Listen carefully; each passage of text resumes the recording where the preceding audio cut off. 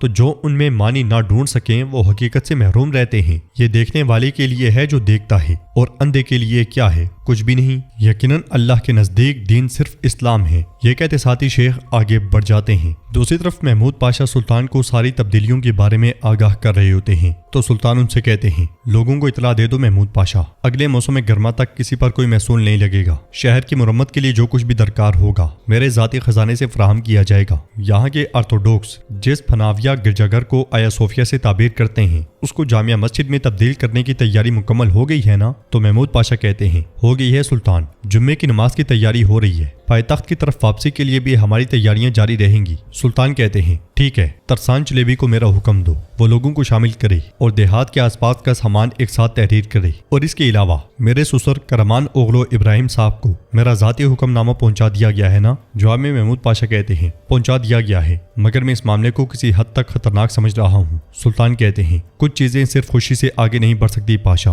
جو کرنے کی ضرورت ہے وہ ہو جائے گا۔ اب وزراء کو پیغام بھیجو، کل اجلاس میں نئی ذمہ داریاں سونپی جائیں گی۔ تو ناظرین، اس کے ساتھ یہ ایپیسوڈ بھی اختتام پذیر ہوتی ہے۔ ویڈیو پسند آئے تو لائک کر دیں، شیئر کر دیں، سبسکرائب نہیں کیا ہوا تو سبسکرائب کرنے کے ساتھ ساتھ گھنٹی والے آئیکن کو دبانا مت بھولیں۔ ملتے ہیں انشاءاللہ نیکسٹ ویڈیو میں، تب تک کے لیے رکھیں اپنا اور اپنوں کا بہت زیادہ خیال۔ اللہ نگہبان۔